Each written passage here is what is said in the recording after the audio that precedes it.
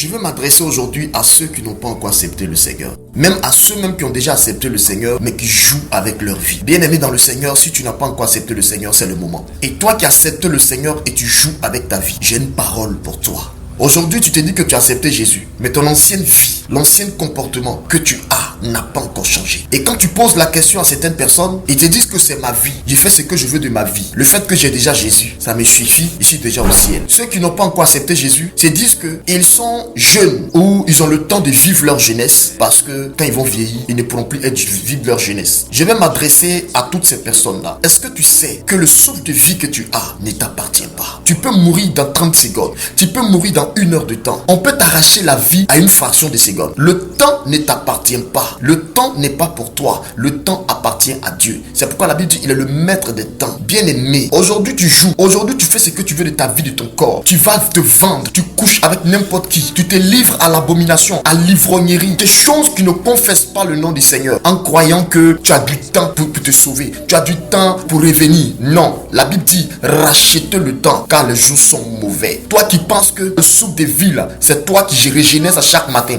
Je suis venu te dire que ce que tu fais, c'est le moment de revenir à ton Dieu. C'est le moment de te repentir. C'est le moment de changer de comportement. C'est le moment de te rattacher à ton Dieu et de le laisser te conduire parce que les jours mauvais arrivent. Les jours mauvais, c'est le jour où tu vas tomber malade, où tu seras couché, où il n'y aura personne à côté de toi. Même s'il y a des gens, tu vas te voir partir, où il n'y aura plus de solution. C'est en ces temps-là que tu vas chercher à dire je vais accepter Jésus. Non, ça sera trop tard. Bien-aimé, aujourd'hui, tu penses que tes amis, ta famille pourra te sauver le jour de la mort. Il y a d'autres qui disent que je m'en fous. Oui, le paradis et l'enfer n'existent pas, car les gens mentent. Écoute-moi, le monde spirituel existe. Le monde spirituel existe. Le monde spirituel existe. Le monde des morts existe. Bien-aimé, est-ce que tu as accepté Jésus? Où tu vas passer ton éternité? C'est ça qui est important. Où tu vas passer ton éternité? Tu donnes ta confiance à tes amis, mais le jour où tu vas mourir, tes amis ne seront pas là.